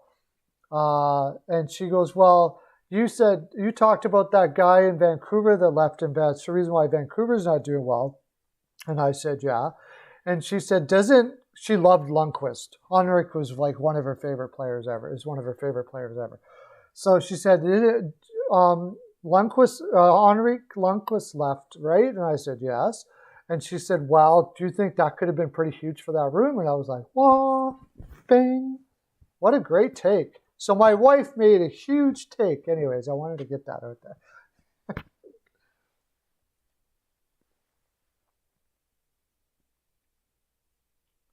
I don't think they have enough to make the playoffs as it is. It's going to have to be a huge turnaround, energetic turnaround, something. One of the things I think will have to happen is they're going to need Demko or Holtby, and it doesn't look like Holtby is going to be the one. They brought Holtby in to be a veteran to help Demko, and Demko's been a whiny bee, to tell you the honest truth.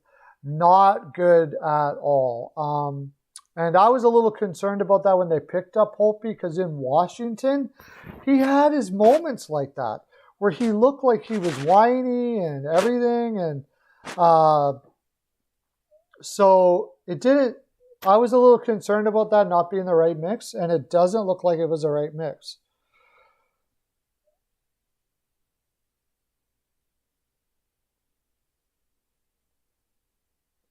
Well, they certainly showed that they were better at one time. But apparently losing Tanev and Markstrom was too much for them. So it's just too much for them this year anyways. If somebody will take him now, I don't know. His numbers got to improve. He's got to play better than he is right now to get traded at the deadline. Otherwise, I don't see anybody knowing him. 15% fans on indoor games, yeah. Yeah, they're starting to bring some people in indoor games now all over the league. How many games do we have to do tonight? I don't want to run out of time. We got 3 more games to go.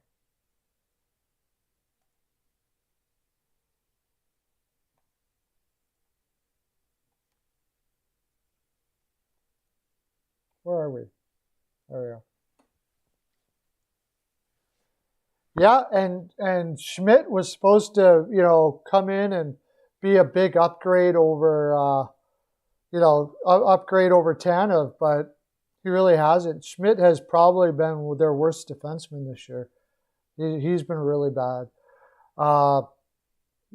They don't really have any physical defense. Myers has always been overrated. And then Edler looks like he's hit his wall this year. March 8th, next Monday,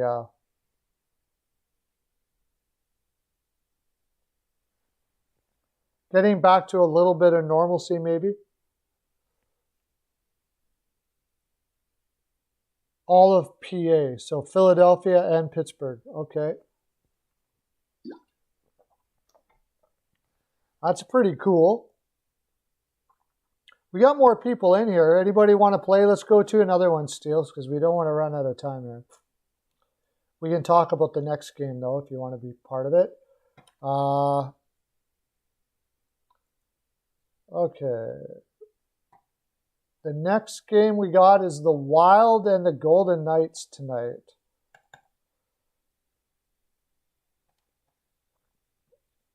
The Wild are playing I think they're 5 games in 7, if I remember correctly, from my analysis I did today.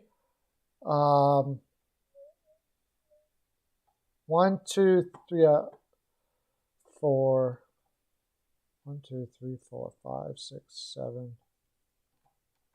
1, 2, 3, 4, 5, 6, 7.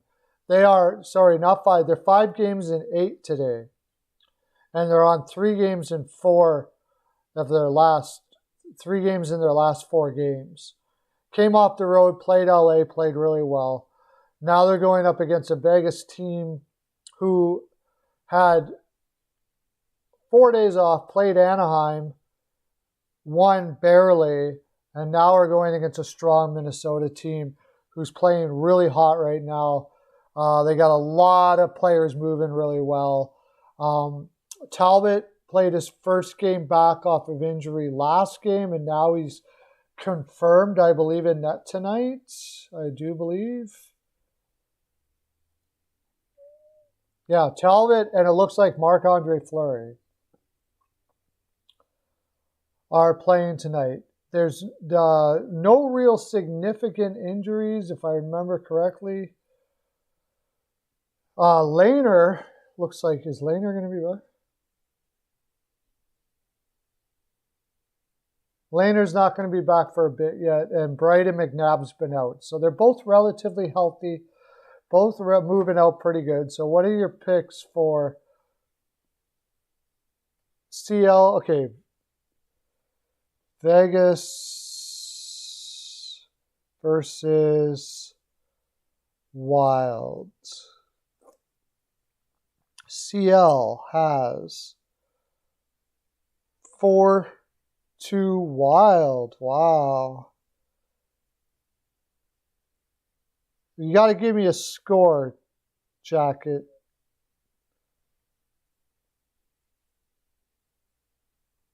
Oh, E-Money's in the house. E-Money. Welcome, E-Money. Thanks for coming in, buddy. Yeah, it's nothing great, but you're not going to say that a year from now. They got a lot of for a while, like Ek, Fiala, Kaprizov, of course, the new kid that came in. Greenway has really stepped up quite a bit. They just have a whole lot of guys that are stepping up. If they make the playoffs, you got to be looking at Dean Evison as possible coach of the year this year, I would think.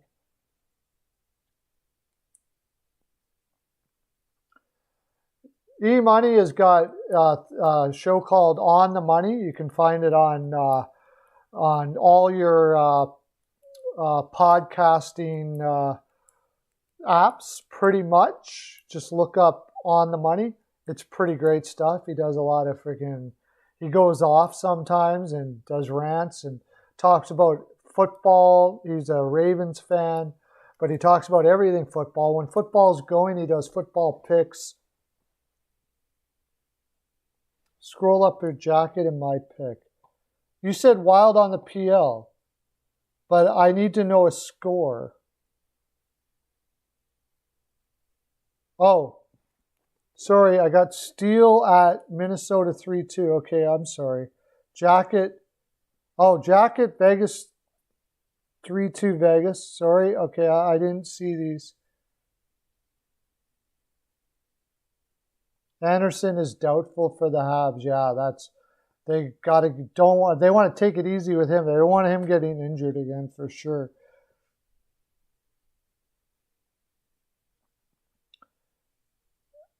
Minnesota 3-2 in OT. Look at Steele. Bringing the OT. Wow.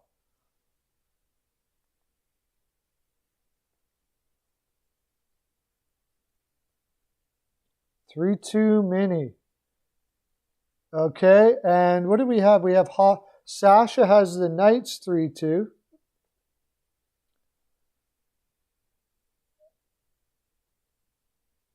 Three-two Vegas. And who am I missing?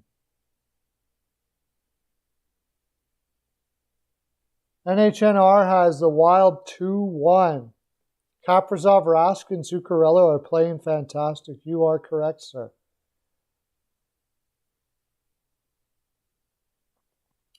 Two-one Wild. I am on the fence about this game. I think the Wild could win for sure. I like that PL by Jacket, which means that if you can take a pick and they can lose by 1. I do like that. But I'm slightly going to lean to Vegas since I got to take a pick. And I'm going to say 4-3, actually. Oh. 4-3 Vegas. And that's Pearlo.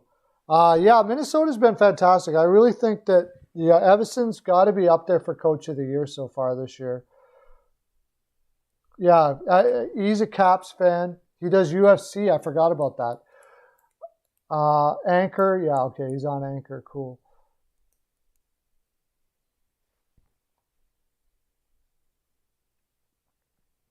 Kevin Serling is in the house. Woo!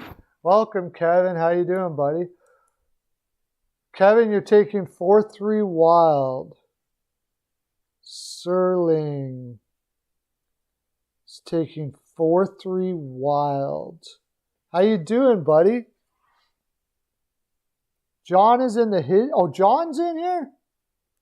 Where? John's back again? John was on earlier.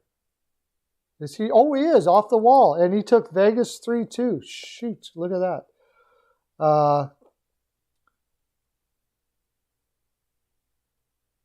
The GOAT takes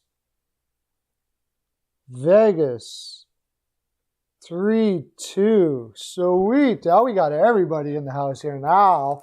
Woo! We got 20 minutes for the other games here. So let's go to our next game.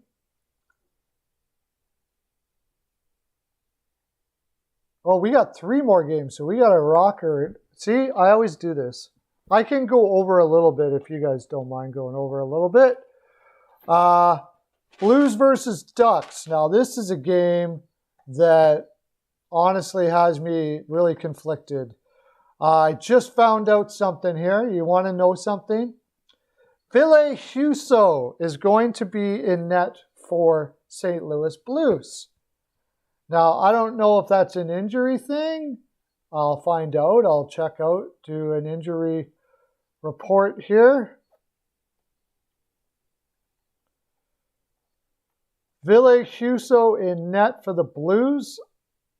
It doesn't look like Binnington has been injured, but Binnington had that undisciplined crap he did his last game. It's possible this could be slightly a sitting move here. Now, John Gibson has not been confirmed. I would not doubt if they go with Miller here since Ville Husso is in. I'm changing my pick. That's all I'll tell you for now. I do believe the Blues have been on the road a heck of a long time here. No, they haven't.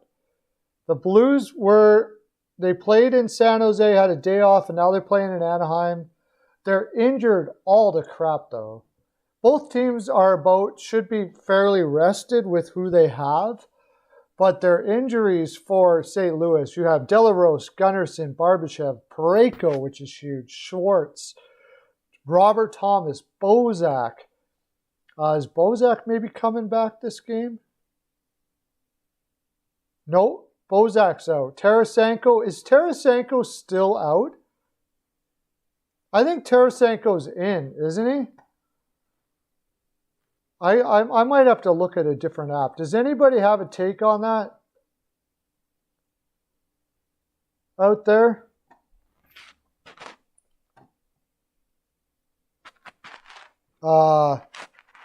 Blues versus Ducks. What are your picks? What do we got?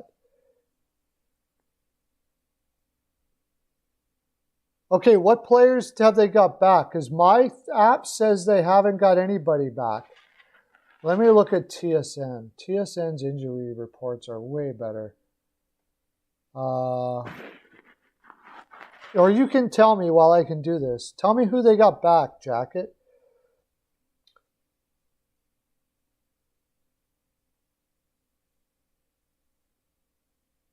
Jacket takes the Blues 5-4.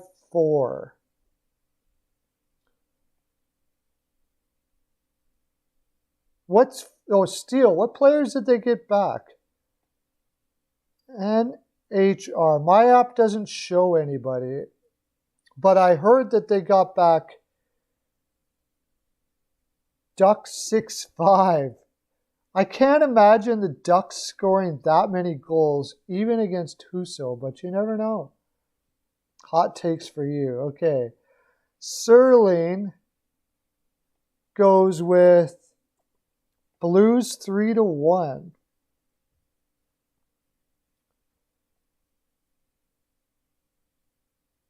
Yeah, Ryan is playing amazing considering he's the GOAT takes Blues 5-3. Can anybody confirm to me that Tarasenko's back or not? CL takes the Blues 3-2.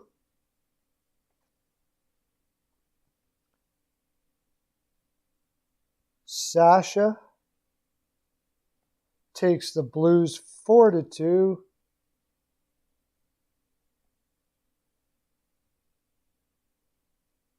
And Steele takes the Blues 3-1. And I'm going off the board here. Pearlo takes Ducks 3-2.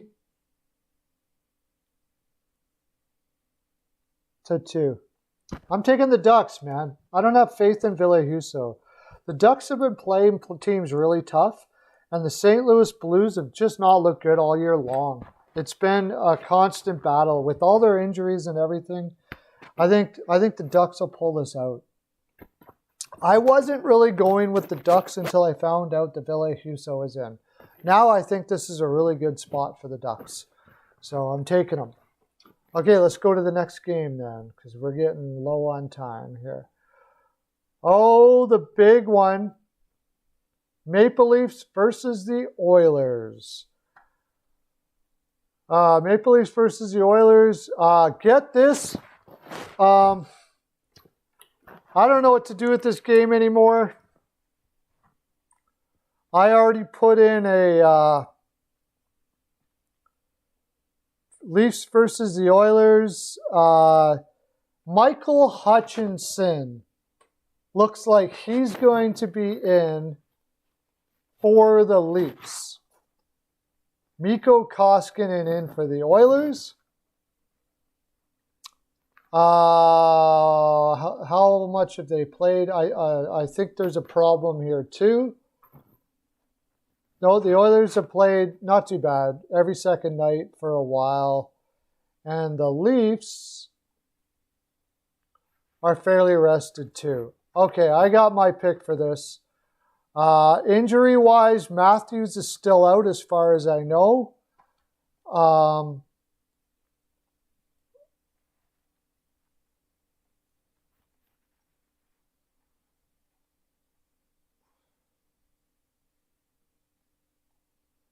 Matthews is still out. Obviously, Anderson is still out. And for Edmonton, Kukuk, Lagesson, Cassian, and Clefbaum.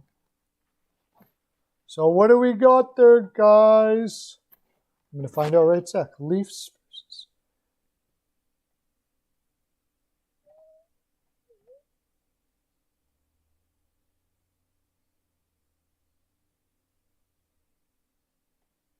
Serling is taking... Whoops. Serling is taking the Leafs. The Blue... Oh, no, sorry. That's not right. No, that's not... what am I doing? Wake up. Wake up, wake up, wake up. John... Okay, the GOAT...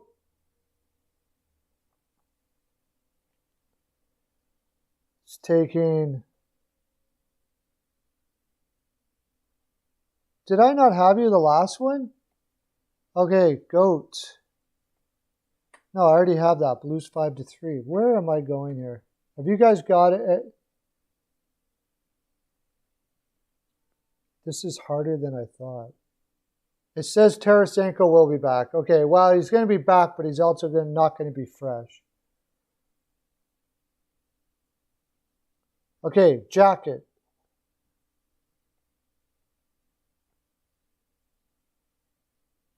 It's taking the Leafs 4-3.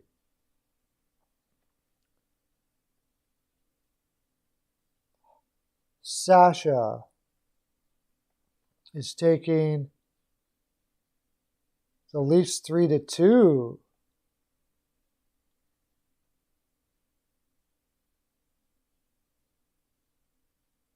No worries. You don't need to apologize. Flyers are... Steel is taking the Leafs 5-4. Yeah, Hutchinson goal for the Leafs tonight.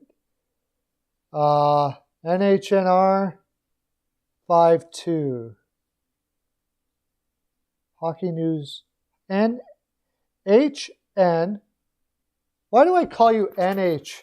HNR. HNR. HNR. HNR. HNR. Just say it over and over again. Why do I call you NHNR?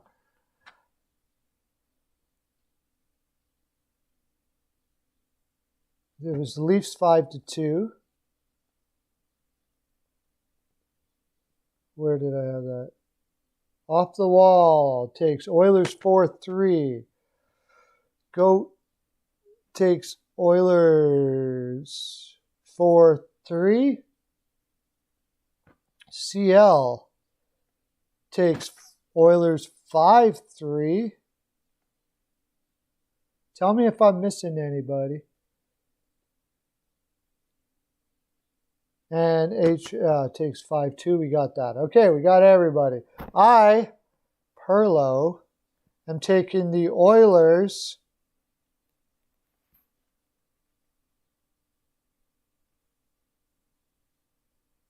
6-3. I'm taking the Oilers 6-3. Take that. So I'm gonna have to go over and change my pick. I'm pretty sure I had that as an under, but with Hutchinson in net and Koskinen in net, you got to figure that's an over, right? Like, the only thing is what happens when teams are like Toronto now has Hutchinson in net. They'll play more defensive and they'll cover up a little more and stuff like that.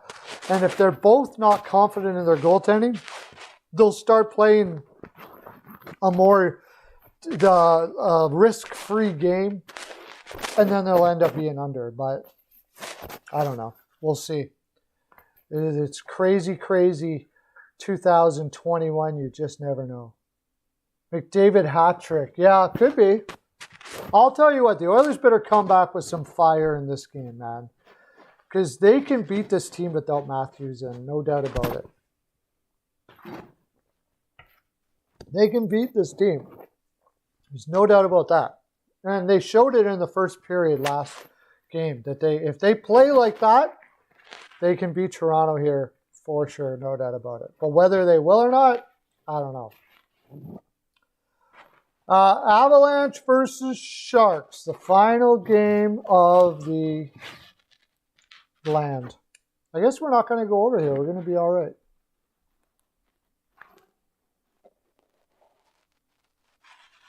Sharks versus Avalanche. Okay, let's see if there's anything funky with the goaltending going on here.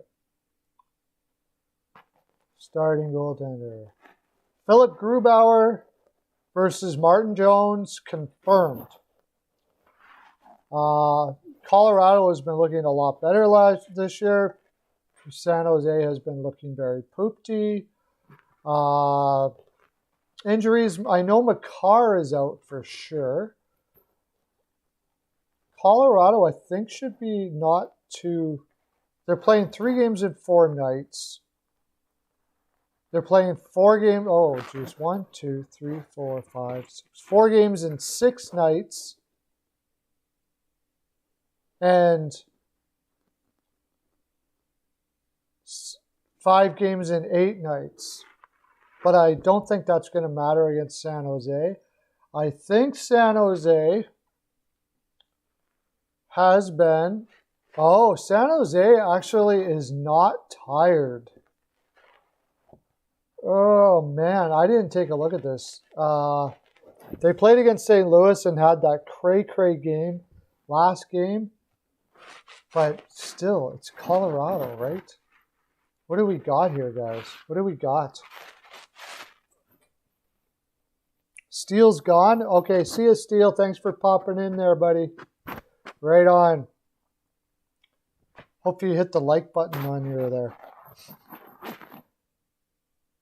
Tavares sucks.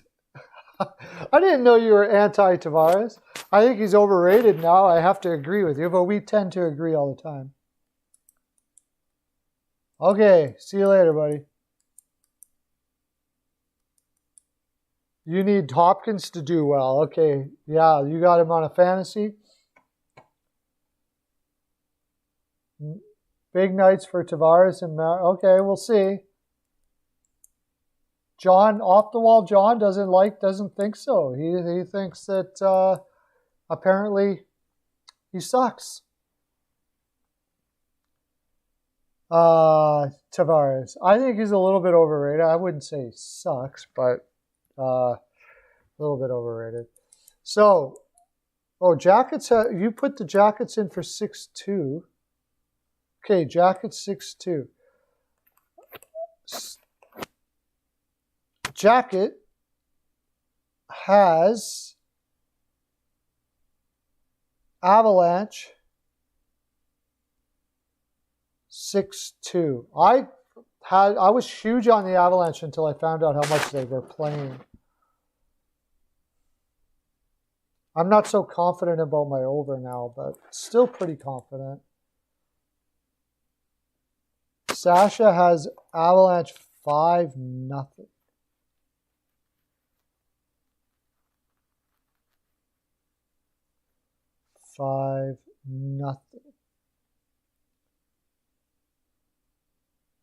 HNR has Avs 6-0. Wow, you guys all have them destroying.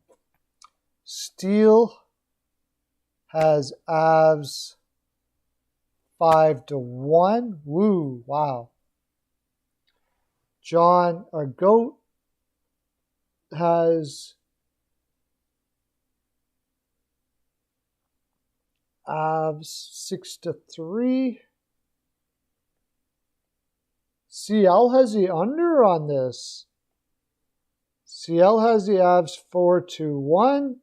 Nobody has accurately hit the score more. Tavares has the personality of paste. That's funny. Yeah, I got your pick. And now I got to do mine. Okay, after seeing how much that Pearlo, I have the Avs 5-3. 5-3. I think it's going to be a little closer than I thought. Over first period would probably be a good one for sure. I don't know. What is the over on the first period there? We got a couple minutes just to talk now. We can now connect.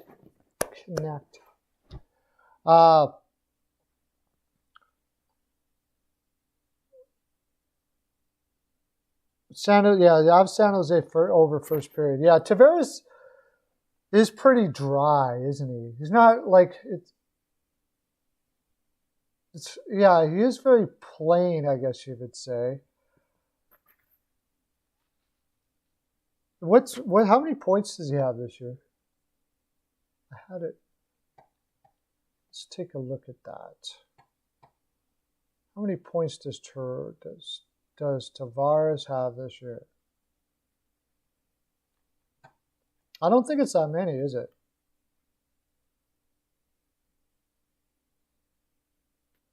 $19 points in 22 games. That's not too bad.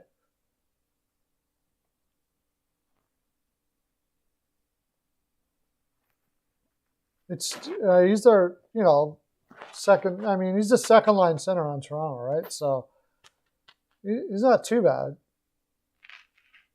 Jake Muzzin has 13 points in 20 games this year. That's pretty cool.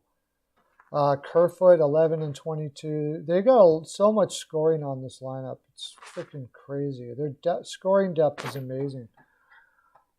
I don't know if I would say he sucks. Why do you say he sucks, John? Is it just because he did what he did in the island there? Okay, Pearlo dance, if you say so. I'll do it if you do it. Pearlo dancing. We be Pearlo dancing. We be Pearlo dancing. We be Pearlo dancing. I got a song now. Should have recorded that. That'll be my beginning of my program. We be Pearlo dancing. We be Pearlo dancing. We be Pearlo dancing. I'm going to do a TikTok like this when we're done. Good for you. That's the way. That's how you should wake up every morning. Every morning, as soon as you open your eyes, just sit up and for a half an hour. Everywhere you go for a half an hour before you do anything. Do that and tell me how you feel for the rest of the day.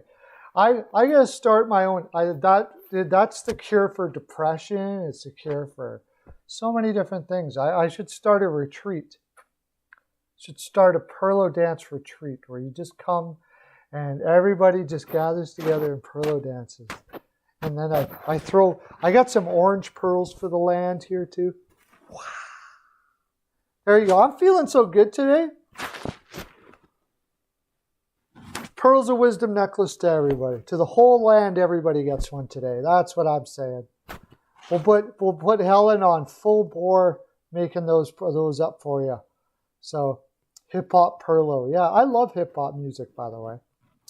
If you want, on my Facebook, I have a thing called the My NHL, or sorry, what am I talking about? All Genres Music Group. The All Genres Music Group. And I love all music. And we have themes and you can post whatever you want on there and it's fun. I'm going to post that right away. I think I already posted a parlay for you there, Jacket, in Patreon. The best day ever. Look at the emoji. The Pearlo dance emoji. We got to get a Pearlo dance emoji. For sure.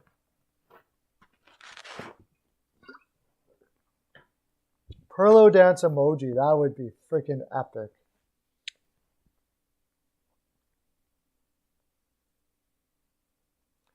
Well, okay, boys and girls, I got to finish her off. So we'll find out what our picks turn out like for tomorrow.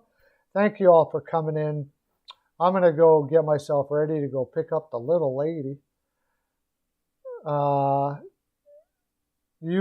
see you tomorrow at 1 o'clock or 3 o'clock Eastern. I may have somebody on. I'm glad you liked it. John, if you're still there, do you want to go over at Skype and figure out this whole thing with why it doesn't go process right away or whatever?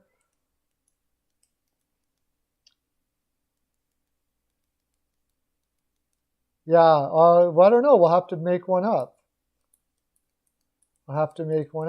That's how you can do my thumbnail. You can do my thumbnail as Pearlo, as doing the Pearlo dance. There you go. See you later, guys. Have a great day. Lots of love to you. Okay. Bye.